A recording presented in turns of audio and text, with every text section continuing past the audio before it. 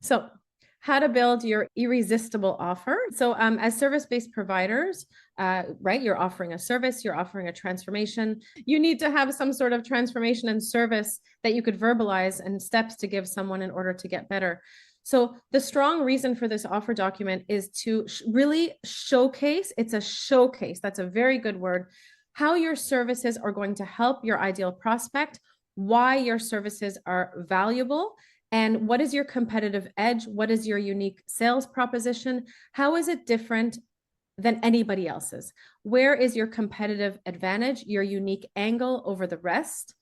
Obviously, you are your competitive advantage. You are the unique person that is presenting this, but it is good to do some research on your competitors and see what they're offering and see what you're offering differently. So with this offer document, the main goal is to get people interested in what you have to offer. And you can use this showcasing during a sales conversation. If you're having a Zoom sales call, for example, you can just share your screen and go through your offer document with your ideal prospect. So we're going to learn how to craft our offer that people cannot resist. You're going to follow a step-by-step method, and you want to highlight also different areas of the offer document, your skills, the results that you have to offer to your ideal client, and you want to entice them, right? You want them to look at this offer document with your explanation and come to the conclusion that they are going to want what you have to offer, and they're going to want to sign up right away.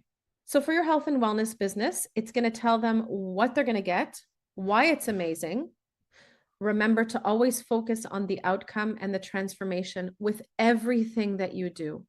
Sometimes with our BTG business, I'll write all this content about the features. Even I get off track all the time.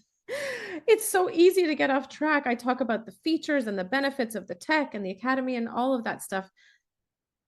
And those are the posts that get crickets. The posts that get more engagement are when I tell a story, or when I really connect with the ideal client and talk about the pain that they're experiencing, or when I talk about the dream state that they're going to be able to experience after working with me. And this is the final destination that they want to be reaching. That's going to pique their interest. That is what they care about, and they want to know what's in it for them. Your offer has to be clear, concise. It has to be interesting, captivating. During her Thriving Practice talk, Gabby spoke about humor, and it was so good. And it reminded me of a campaign from Flora Health that it was such a great marketing campaign, and I never forgot it. It was probably, from when I was in my 20s, and I took screenshots of it, and I happened to save it in a folder, and I brought up this document.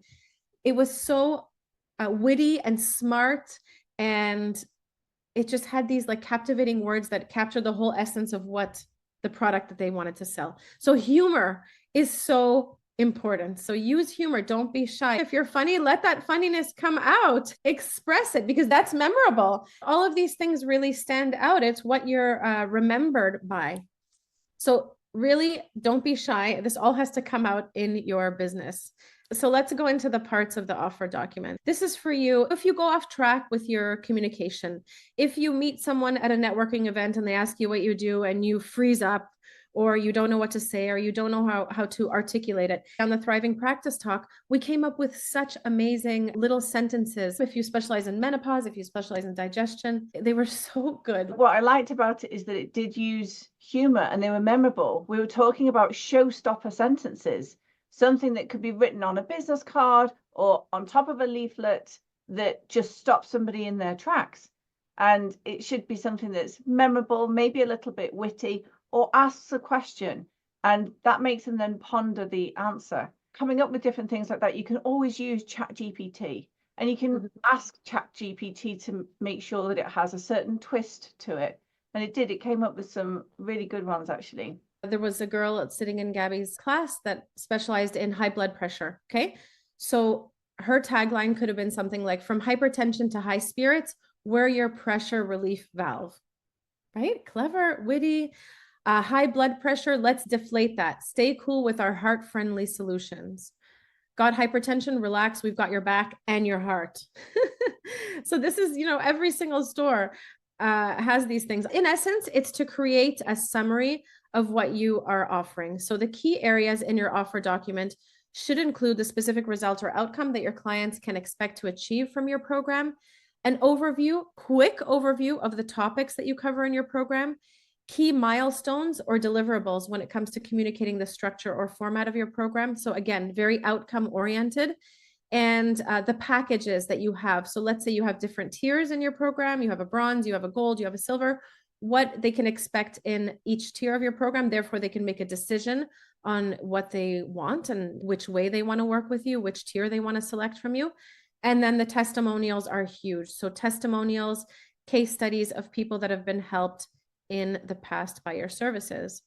So during your sales call, basically, you can think of, if you know Russell Brunson, he talks about a value stack. This is your visual aid, and it's a piece of content that's very clear, very concise, and that you can present to your clients, or you can just present verbally. You don't necessarily have to show them everything. Now, you might be wondering, what is the difference between your offer document and a sales page? I would say that your sales page is definitely more lengthy. It has more sections. In your sales page, you're also presenting them with what they get. You're outlining the features because they are ready to put their money down. So they kind of want to know what they're going to get.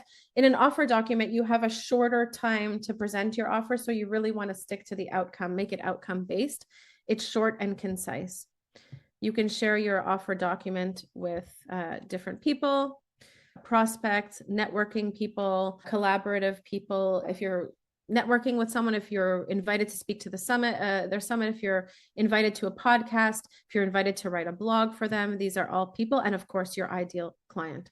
So the name of your program should be on the top of your offer document.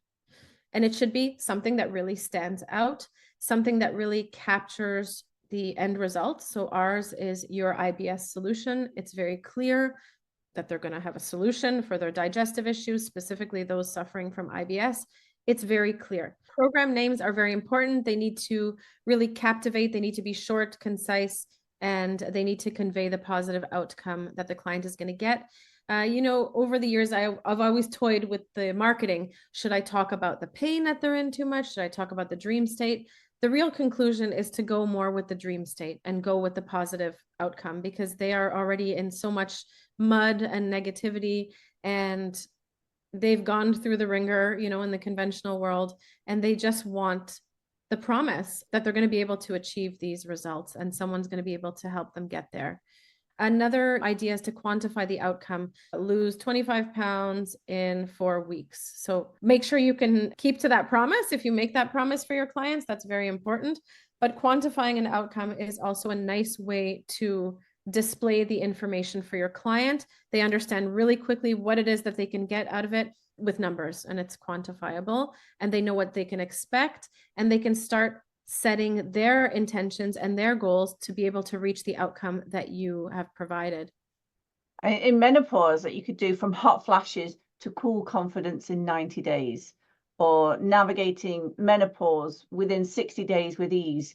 Quantifying it with the length of time, I think, can work really well, so that it's already setting that expectation. And that is as long as they do the work, right? Because if someone comes back to you and says, oh, it's been 90 days and I didn't have the result that you promised, well, sometimes you have to question, did they actually do the steps? Did they take the steps to actually get there?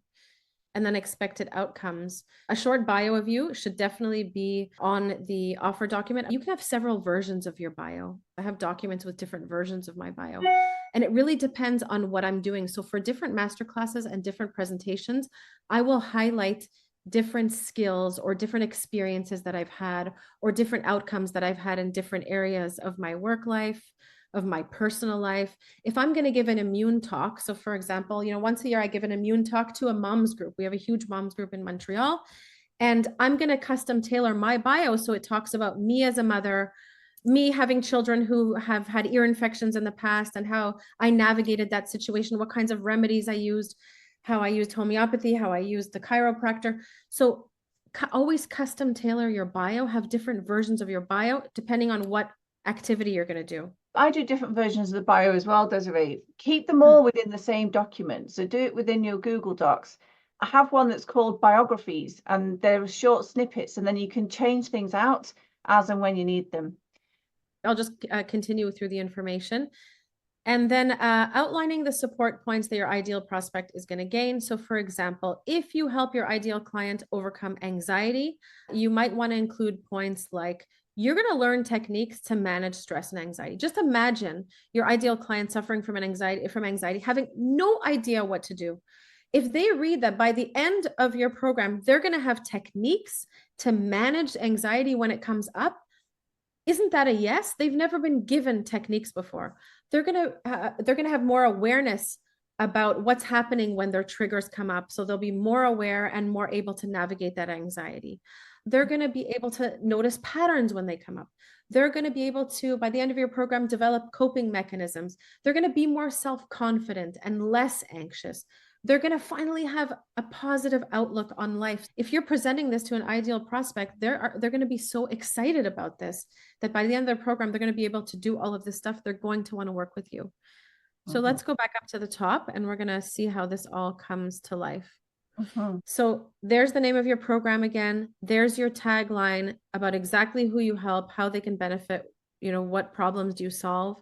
Welcome. They're going to be able to identify themselves in this section and what it is that you are going to be able to do for them. Here's where you have a little bio of yourself. At so-and-so company, we help you navigate stress and anxiety in a very effective way, giving you techniques and strategies that you can implement right away to start having more confidence and more mental clarity in your life.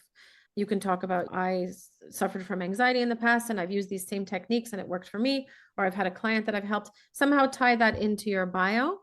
There's the name of your program. It's the step-by-step methodology to help you get from this to that. The methodology is really important. It's a framework, so it can be really helpful to have something that guides people as to how they're going to be working with you. Yes, I think it gives so much clarity to the client to know, because they're already overwhelmed, they're already scattered. They've probably been Googling, they've probably been going to different practitioners, and they really don't know what to do. They're overwhelmed with information. But if you have this visual like this, in step 1, we're going to be doing this. In step 2, in step 3, by step 5, you're going to have a much better hold on your health condition and you'll be able to experience these results. So the framework is so important, because finally they've had like a map, a guide map to tell them that if they do these 5 steps, finally they're going to get some results, and show them how easy the 5 steps are. You're distilling down the information for them in such a clear and easy way, and you have easy steps to follow and they're going to get results. So what going through the program is going to allow you to do, again, that's like the final outcome and the transformation. So here it talks about you're presenting in a very clear and concise manner, actually much more clear than them going to navigate your sales page on their own. Because even clients going to your sales page, it can be overwhelming for them. They can leave the sales page and say, I'm not doing this. It's already too much for me. I'm out of here. But if you present it like this in the offer document, in the bronze tier, we do this and that. The silver, this and that. Sometimes we have longer testimonials from our clients, but sometimes if I want to showcase like that on let's say we ran Facebook ads for our herbal course, but let's say we had a happy herbal client who wrote like a big paragraph, I will take out the sentence that I think will best represent the end transformation that the prospective client wants to experience. That's the sentence that I want to highlight, because I know that the person who's sitting here thinking about my program is going to be looking at the offer document and saying, oh, wow, Rachel experienced that. I want to experience that same thing that she wrote in that one sentence. Everything has to be very strategic here, because you have a very short time to make that first impression. You have like 2 pages, not 6 like ours, and you have to really get to the point with it. As an example, you can have the name of your program, your tagline, so your one-liner, the focus on the outcome or the results. So what will the program do for you? Your bio, who you are. They have to know who their teacher is. The methodology of how you work, discover, identify, reframe, manage, evolve. Your program structure, how is it being delivered? And you're showcasing your value. That's like the true worth of the program. So let's say you have 5 consultations that you offer. You can calculate the normal price of your consultations, but if you take it in a package like this, you're going to save $3,000. We do this in the sales page too, but it shows the person that there's actually a massive value to the program, but in this moment when they're on this sales conversation with you, they're going to be getting it for a better price because they're buying it in a bundle. And then what would be the pay in full bonus? If you're on a strategy call with someone, obviously the goal of the strategy call is not to have someone go away and think about it, because we know that when someone goes away and thinks about it, they usually, for the most part, never come back, or they come back in a long time from now because they've been following you for a while because you've had great content and they're still attached to you in some way. But most of the time, we know that if someone doesn't purchase on the spot, they're leaving. So the pay in full bonus is an incentive for them to make a decision on the spot. And the bonus has to be something really enticing. You know, by the end of this call, if you decide to sign up today, I'm going to be offering you an extra consultation or an extra guide, something that's going to facilitate their process and get them to their goal sooner or easier. So they get a bonus for paying in full also. And if you have installments, let's say you allow people to pay $300 a month for $1,000. If they pay in full right now, you get your money up front, then this is the bonus that they're going to get. So it's incentives. The pricing should be clear also on the offer document so that they can make a decision on the spot. And the pricing is really linked with the tiers. And then whether or not you divide that into payment plans or if you just collect one sum in total, the testimonials we spoke about. A great offer document helps you to take care of any objections they might have. So you might have a little FAQ section with like 3 or 4 of the most common objections. Could be like, I won't have time for this. Well, in my program, I've made sure to put it into bite-sized bits so that no matter how busy your lifestyle is, no matter if you have a full family and a full-time job, you're going to be able to implement these steps because the program is broken down into easy steps. So like usually the objections are time. I don't have time. I don't have money. I don't want to eat differently to my family. I don't want to cook separate meals. My husband, I'll need to speak to him if we're spending that much money. Handle these objections before they even happen in the sales document. So by the end, they can't really come at you with any excuses. Have a downsell in place. If it's a definite no, so this is not necessarily on your offer document, but you only have there what you want people to purchase, but have in your mind a downsell. So that's a definite no, that they're not going to invest $1,500 in your program. Give them something that will help them get going and is a smaller package at a smaller price. So it says that the downsell should be easily deliverable and usable without too much of your input, because obviously that's where the cost comes into it if it's your time. So think about what you could offer if they're not willing to invest in your main program. It could be more of a self-study program that they go through on their own where they don't need so much of your time.